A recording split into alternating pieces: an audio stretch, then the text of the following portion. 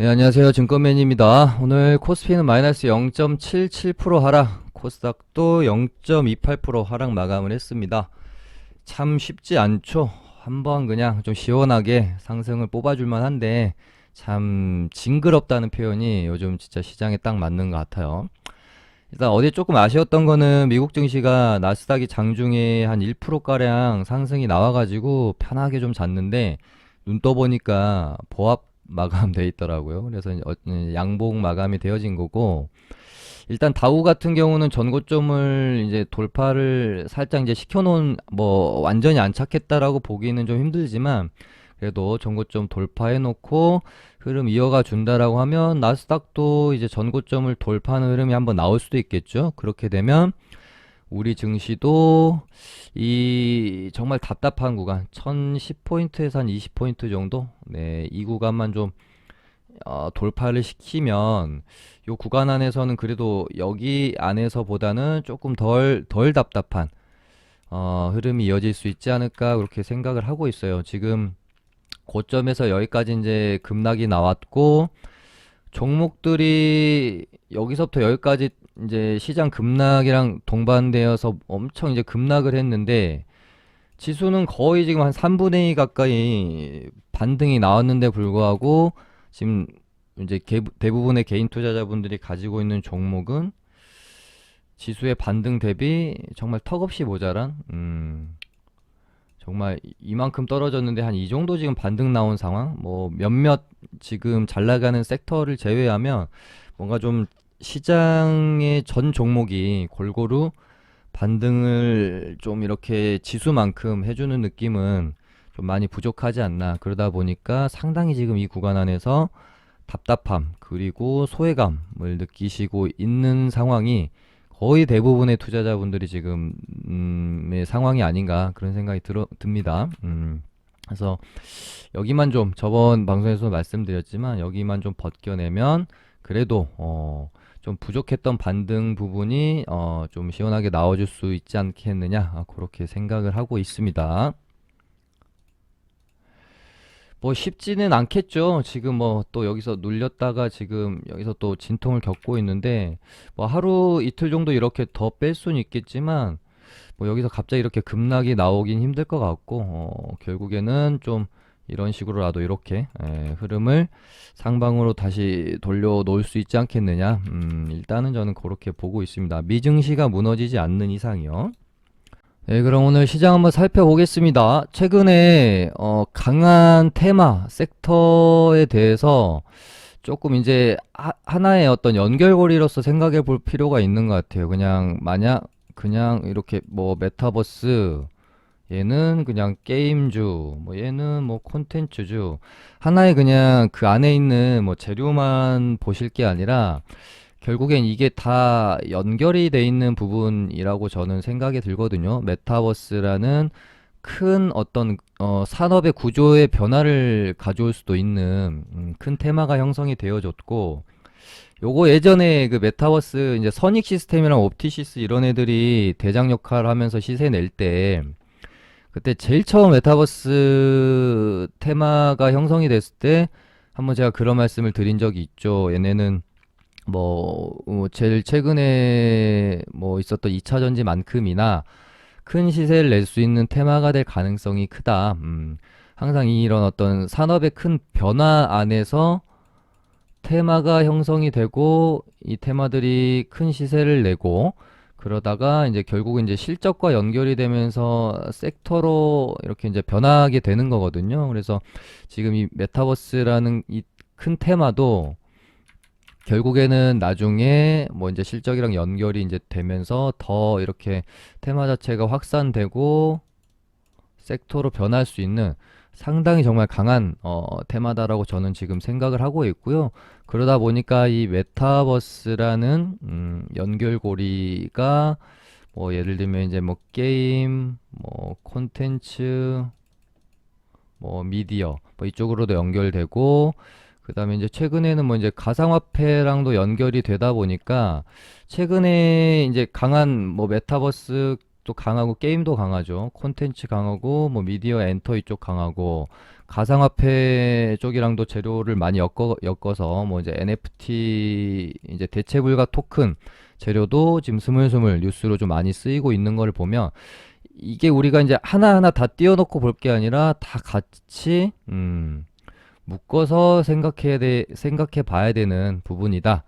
저는 이제 그렇게 보는 겁니다. 그래서 이 메타버스라는 테마도 어떤 몇몇 종목에 한정 지어질 필요가 없이 어떻게든 이제 뭐 엮으면은 계속해서 확산이 될 가능성이 크기 때문에 메타버스는 정말 뭐 2차 전지만큼은 아닐 수도 있겠지만 그 정도 파급력을 충분히 가져올 수 있는 충분히 강한 테마다. 저는 그렇게 생각을 하고 있습니다. 일단은 지금으로서는 뭐 이제 맥스트, NP 이런 애들이 강한 모습 보여주고 있었고 덱스터가 뭐 이제 콘텐츠이기도 하지만 최근에는 약간 이제 메타버스 느낌으로 강세를 많이 보여주고 있습니다. 그러니까 지금 이런 식으로 뭐 맥스트랑 MP는 어떻게 보면 그냥 딱 메타버스 테마라고 본다면 덱스터 같은 이런 친구들은 뭐 메타버스에도 엮을 수 있고 앞으로 나올 최근에 뭐 오징어 게임 때문에 또 K 콘텐츠들이 상당히 핫하잖아요. 여러 가지 재료에 또 엮일 수 있는 부분이 있어서 그 앞으로 나올 이제 넷플릭스 11월 달에 공개될 지옥 관련주로도 좀 엮여 있고요. 그래서 지금 덱스터 이런 종목들은 정말 좋죠. 여러 가지 테마에 엮일 가능성이 있기 때문에 그만큼 재료가 무궁무진하다. 그래서 지금 뭐 덱스터, 맥스트, NP, 그리고 뭐 자이언트 스텝도 지금 전고점까지 거의 다 갖다 놨죠. 뚫어내면은 이제 또 신고가가 나올 거고. 오늘은 또 뭐 이제 LMS 뭐 이런 애들을 조금 이제 더 지켜봐야 되겠죠. 바닥권에서 올라온 애들이라 그 우리가 그 뭐 구글 뭐 글라스는 아니고 우리 이제 VR 게임 할 때 쓰는 그 안경 같은 거 있잖아요. 그거 HMD 개발하는 기업인데 이제 뭐 국제 과제로 개발하고 있다라는 뉴스 나오면서 얘도 이제 오늘 메타버스로 엮였는데 뭐 거래 대금도 좀 너무 작고요. 얘는 한 12,000원 정도는 넘겨서 좀 안착해서 놀아야 그때 가서 볼 수 있지 않을까 싶고 뭐 이노뎁도 좀 보고 있고요. 예전에 시세를 한번 냈었던 선익 시스템이나 옵티시스 얘네들은 다시 시세를 줄 수 있을까? 그러기에는 기간 조정과 가격 조정이 조금 짧았다? 그런 느낌은 있어요. 하지만 산발적으로 한두 번 정도 뭐 먹을 구간은 줄 수 있으니까 뭐 그냥 추적하는 정도? 보시면 될 것 같고. 그러니까 이거 이 뭐 메타버스 뭐 콘텐츠 게임 뭐 아까 말씀드린 뭐 가상화폐 코인 NFT 이거를 딱 잘라서 얘는 뭐 무슨 테마 이렇게 보실 필요가 없이 그냥 다 같이 엮어서 종합적으로 좀 지금 사고를 하면서 매매를 이제 해 주셔야 될 필요가 있습니다. 그러면서 이제 오늘 또 갑자기 버키 스튜디오가 장중에 이제 오늘 또 별로 그렇게 강한 테마도 없었거든요. 그런 와중에 버키 스튜디오가 거의 뭐 이제 진짜 조정 없이 바로 상한가를 좀 갔고요. 얘가 장중에 오르길래 제가 얘가 오징어 게임으로 이렇게 파괴력 있게 상승을 할 리는 없을 텐데 뭔가 뉴스가 있나라고 이제 찾아봤더니 위메이드랑 같이 빗썸 직접 경영에 참여한다는 뉴스가 있었기 때문에 최근에 가상화폐 거래소 뉴스만 좀 끼면 상당히 좀 좋은 재료가 되고 있잖아요.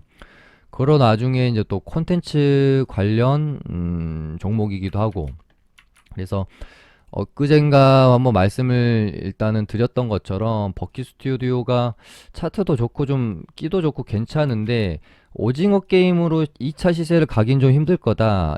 얘가 2차 파동으로 넘어가려면 다른 재료가 좀 필요하다. 그렇게 한번 멘트를 드렸었는데 어찌됐건 새로운 재료로 이렇게 보냈다라는 건 차트도 기가 막히죠. 딱 여기 딱 5,000원 구간이 상당히 좀 의미 있는 저항대 구간이었는데 여기를 딱 넘겨놓고 상한가가 마무리가 좀 되어졌어요. 그래서 얘는 1차 파동 조정 2차 파동으로 이렇게 넘어간다고 보면 될 것 같고요. 때에 따라서 충분히 얘는 3차까지도 만들어 낼 수 있는 끼를 가지고 있다라고 생각이 듭니다. 그러면서 사실은 쇼박스가 같이 좀 급등이 좀 따라 올라왔는데, 사실 뭐 이제 재료적인 측면으로만 보면은 버키 스튜디오랑 쇼박스랑 같이 오징어 게임으로 올랐었고, 오늘 이제 버키 스튜디오가 오른 거는 오징어 게임 때문이 아니기 때문에 어떻게 보면 쇼박스는 어부지리로 좀 이제 올랐다라고 볼 수도 있어요. 하지만 그렇게 보기에는 얘도 차트가 심상치 않습니다. 버키 스튜디오랑 얘랑 차트가 거의 좀 비슷한 느낌이에요. 얘도 보시면 요때 요렇게 흘러가고 있던 애가 여기서 이제 박스권 상단까지 붙여놓는 상한가를 보내놓고 그 다음에 이제 레벨업이 들어갔거든요. 그리고 나서 또 오늘 이번 파동도 보시면 여기서 이렇게 이제 움직였죠. 그 다음에는 여기서 이제 이렇게 움직이는 파동이거든요. 이렇게 꼬리를 빼면 근데 오늘 딱 또 이제 이 저항대, 이 가격대거든요. 이 가격대를 돌파시키면서 일단은 안착이 좀 이루어졌다. 그래서 이렇게 진행되다가 지금 이렇게 진행되다가 뭐 꼬리까지 합치면 아직까지 이제 돌파는 못했지만 어찌됐건 이렇게 박스권으로 진행이 되고 있고, 여기를 이런 식으로 다시 한번 이제 돌파를 시켜줄지, 한 박스, 두 박스, 세 박스 이렇게 좀 넘어가 줄지 지켜볼 필요가 있을 것 같습니다. 지금 이제 뭐 가상화폐 거래소 관련 재료로 최근에는 뭐 이제 뭐 두나무 관련 중 우리기술투자도 지금 상당히 시세 좋고 차트도 너무 지금 좋죠. 예쁩니다. 뽑고 여기서 일단은 여기서 이렇게 이제 틀어주면 뭐 이제 잠깐 이렇게 이제 이 박스 안으로 다시 들어오더라도 결국에는 이렇게 좀 진행되다가 다시 한번 뚫어주는 흐름으로 갈 거라고 저도 지켜보고 있는 종목이고, 그러니까 이거 뭐 얘는 이제 두나무 관련주인 거고, 또 코인원 2대주주로 등극했다는 뉴스로 게임빌 또 최근에 이제 급등이 나오고 있는 상황이기 때문에 가상화폐 그리고 비트코인 그리고 가상화폐 거래소 재료 가진 애들도 상당히 좋다. 이런 애들도 이제 비트코인 가격이 다시 한번 최고가를 갱신하는 날이 오게 된다면 그날 단체로 한번 또 급등이 나올 수 있겠습니다. 그리고 오늘도 다날은 이제 이날 급등이 나올 때는 뭐 싸이월드 관련주인 것처럼 올랐었는데, 뭐 저도 이제 아무리 생각해도 뭐 싸이월드 관련주는 아닐 것 같고 아마도 페이코인 관련해 가지고 기대감을 가졌던 게 아닌가 싶고, 오늘 이제 급등할 때는 위메이드랑 M게임이랑 같이 아까 말씀드렸던 NFT라고 최근에 뭐 이제 좀 또 우리한테 익숙하게 들려오고 있는 대체 불가능 토큰 이라는 건데요. 요 재료로 좀 이제 엮으면서 얘도 요렇게 이제 저항대를 좀 넘겨놨기 때문에 요 가격대를 넘겨놓고 일단은 좀 안착이 되는 느낌입니다. 그래서 이렇게 또 요렇게 요 정도 또 눌렸다가 이렇게 눌렸다가 다시 이렇게 진행이 될 수 있으니까요. 지금 아무튼 뭐 메타버스 그리고 콘텐츠 게임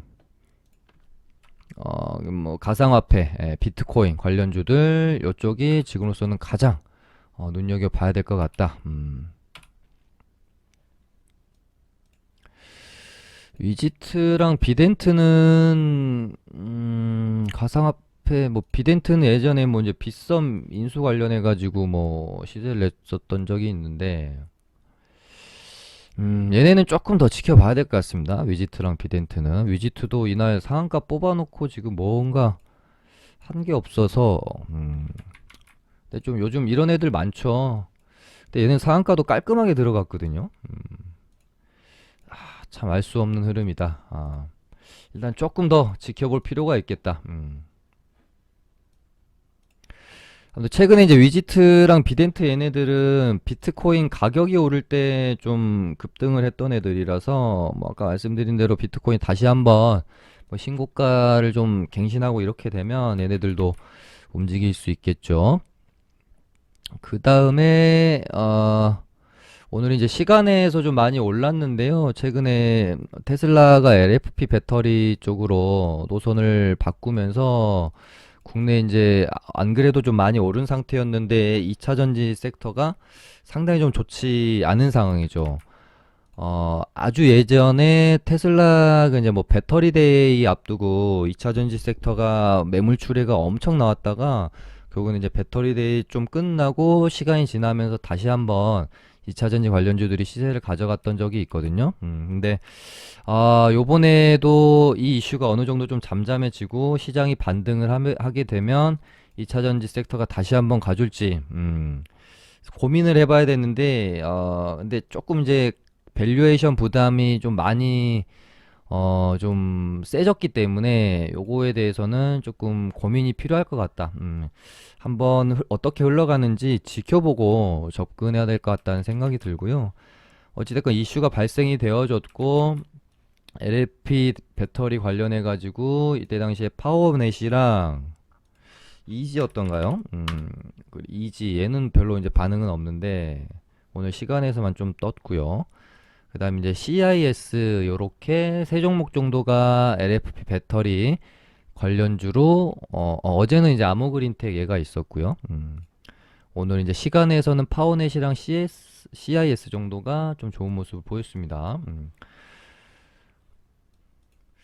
얘네도 좀 단발성으로 죽기보다는 어느 정도 시세를 좀 뽑아줄 가능성이 저는 높다고 보고 어찌됐건 재료가 너무 괜찮잖아요. 그래서 얘네도 집중적으로 좀 봐야 되겠다. 근데 이상하게 물론 이제 파워넷이 시세는 더 나겠지만 뭔가 매매하기에는 CIS가 좀 더 편할 것 같은.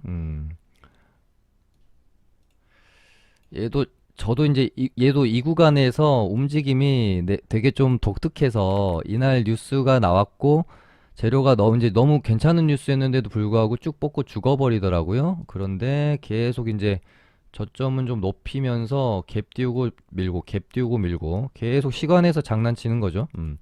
근데 안 죽어요. 내일은 아마 가지 않을까 그런 생각이 드는데 음, 지켜봐야 될 것 같고요. 상황 봐가지고 저는 CIS 내일 뭐 시가 베팅이나 갭 두고 좀 밀리게 되면 한번 공략을 해볼까 하고 생각도 하고 있는 그런 종목입니다. 그 다음에 원전도 아직 이제 기대감이나 재료는 충분히 남아있죠. 하지만 지금 한 3일 정도? 한 3일 정도 강했기 때문에 시장에 관심을 받았기 때문에 하루 이틀 정도는 조금 쉬었다가 다시 갈 수도 있겠습니다. 그래서 좀 일진 파워도 보시면 이날 앞에서부터 다시 볼까요? 이렇게 뭔가 좀 잘 준비해 놓고 만들어 놓고 이렇게 뽑았잖아요. 근데 이렇게 뽑아 놓고 한계 없이 계속 이제 눌리죠. 이렇게 되면은 우리는 수상하다 싶어서 수상하다 생각하고 접근 관점을 한번 가져볼 수가 있겠죠. 그리고 이런 식으로 이제 파동이 흘러갔고 이날도 제가 뭐 이제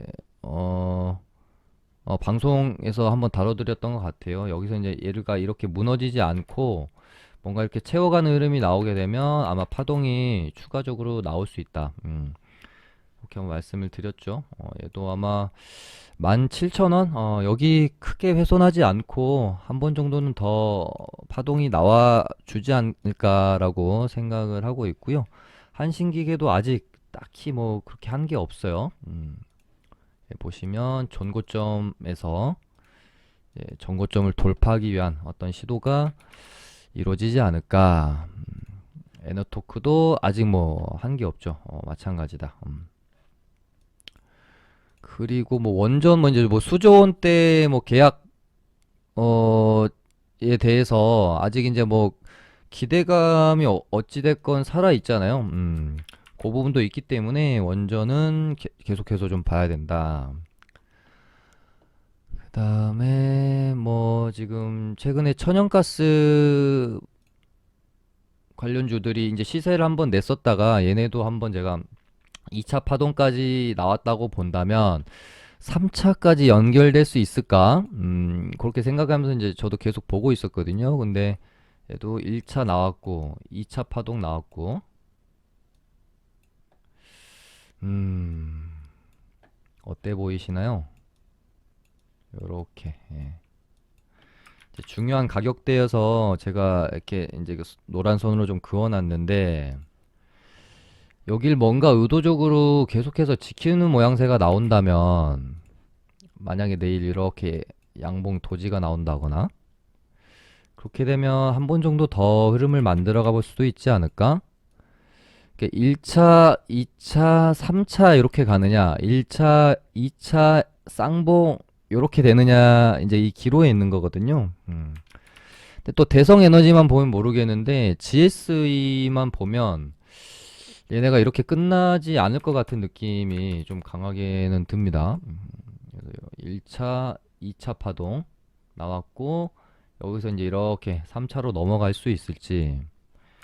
근데 나쁘지 않은 것 같아요. 차트가 한번 뭐 한 번 정도는 공략해 볼 만한 21선 눌림목 자리이기도 하고 물론 이제 뭐 바로 안 가고 또 이렇게 좀 눌렸다가 갈 수도 있는 거고요. 근데 대신에 이 자리는 좀 깨지 않았으면 좋겠네요. 이 자리 이렇게 만약에 깬다면 조금 힘들겠다. 대성 에너지는 이제 여기를 이렇게 깬다면 이건 좀 힘들 수 있겠네 라고 생각을 해야 될 것 같고요. 그 다음에 어제랑 좀 며칠 말씀드렸었는데 리비안 관련주도 계속 보고 있는데 어제 뭐 대원화성인가요?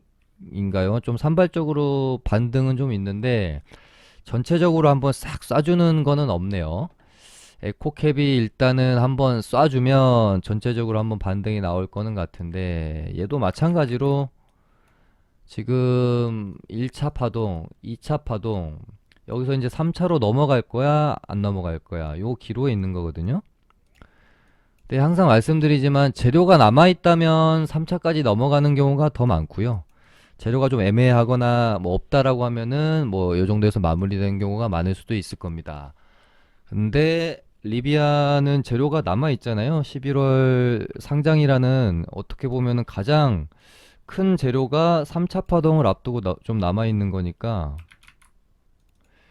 뭐 기대감을 좀 가지고 일단 긍정적으로 봐볼 수 있지 않을까? 그런 생각이 들고 일단 에코캡이 위험자가 단 게 10월 18일이니까요. 10거래일 동안이니까 1, 2, 3, 4, 5, 6, 7 3거래일이 더 있어야 위험자 풀리고 경고자를 달 수 있겠네요.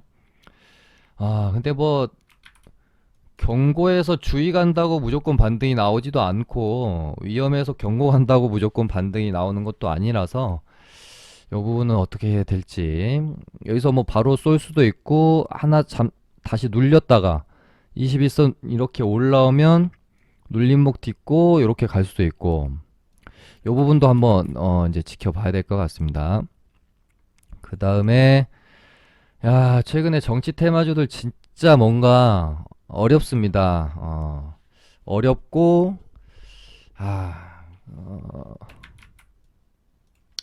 뭐라고 표현해야 될까요? 그 윤석열 테마주들이 막 미친 듯이 시세 낼 때 있죠. 뭐 이재명, 윤석열 그다음에 뭐 최재형 이렇게 넘어갔었던 그때가 정치 테마주로 뭐 이렇게 좀 재미를 보는 거는 마지막이었나 그런 생각도 들어요. 그 이후로는 정치 테마주가 진짜 별로 그렇게 뭐 재미는 좀 없는 것 같습니다. 일단은 이제 국민의힘 결선 투표가 11월 이제 1일 날부터 시작을 해서요. 3일까지인가 4일까지인가 투표를 하고 5일 날 결과 발표가 나오거든요. 그리고 이거 이제 본선 투표가 5일 날 결과가 나오게 되고 여기서 이제 예전에는 이제 뭐 과반을 넘는 후보가 안 나오면 1등이랑 2등이랑 다시 재대결을 하는 결선 투표를 했었는데 이번에는 이런 거 없다고 합니다. 그냥 이번 이제 본선 투표 결과로 후보가 결정이 되어지는 거라서 다음 주? 일단 이제 투표 이제 방식은 이제 그 물은 방식은 홍준표 의원한테 이제 조금 더 유리한 뭐 사지선다 방식으로 좀 진행이 된다라는 점, 뭐 그런 점 때문에 오늘도 또 이제 TBC가 좀 움직였는데 이게 이제 의미가 없는 게 뭐 홍준표 관련주가 뭐 TBC만 움직이고요. 나머지는 아예 별로 그렇게 움직임이 없어요. 그러다 보니까 이게 지금 참 뭐 TBC가 아닌 종목을 가지고 있거나 그러신 분들 입장에서는 참 답답한 마음이 들 수밖에 없을 것 같습니다. 그래서 왜 그러면은 지금 이렇게 TBC만 움직이고 있을까에 대해 생각을 해보면 결국에는 이제 뭐 투표를 앞두고서는 이 불확실성이 너무 크잖아요. 그 이제 투표에서 지게 되면 아마가 아니라 뭐 당연히 급락이 나오게 되겠죠. 진 후보 거는 물론 이제 이긴 후보 거는 급등이 나오겠지만, 근데 그런 것에 대한 어떤 뭐 불확실성에 대해서 뭔가 좀 수급이 확 이렇게 이제 붙지는 않는 것 같은 뭐 그런 생각도 좀 들고요. 결과가 나오고 나서 뭐 움직이려고 그러는 건지 뭐 아직까지는 정치 테마주들이 참 뭐 재미가 없다. 그리고 저희도 이제 홍준표 테마를 하나 가지고 있는데, 야, 이게 지금 뭐, 진짜 너무나도 머릿속으로 복잡한 게, 이제 사실 투표 앞두고 기대감을 어느 정도 반등이 저는 나올 거라고 생각을 했어요. 뭐 하루는 홍준표가 반등이 나왔다가 하루는 뭐 윤석열이 나오고 이러면서 이제 엎치락 뒤치락 시속 게임을 하면서 5일 투표까지 어느 정도 이제 움직임이 나올 거라고 봤는데, 지금 뭐 진짜 TBC 말고는 뭐 다 그냥 뭐 조용히 있잖아요. 오히려 뭐 하락해버리고 이런 상황이다 보니까 야, 이걸 뭐 어떻게 대응을 해야 될지 또 우리 시청자분들한테 어떻게 말씀을 드려야 될지 조금 답답한 부분이 있다. 일단은 뭐 이번 주 목요일 금요일 나왔고 다음 주 월요일이 일일이죠. 투표가 딱 시작이 되면 아마 한 다음 주 월화수 요 정도는 그래도 움직임이 좀 나올 거라고 보여지는데 일단 투표가 진행되는 중에는 뭐 홍준표, 윤석열이 뭐 어느 쪽이 이기게 될지 지금 거의 뭐 이제 초박빙인 상황이기 때문에 음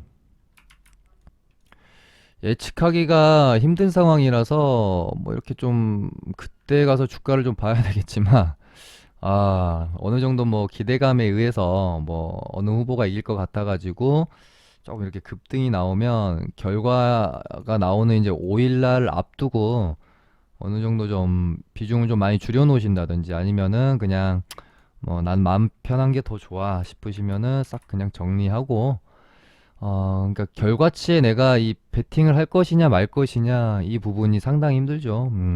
그러니까 뭔가 이제 소외감을 느끼고 싶지 않다 그러면은 좀 많이 정리를 해놓고 소액만 어떤 그 결과치 한번 베팅을 해보신다든지 이런 식으로 진행이 좀 정치 테마주는 돼야 될 것 같아요.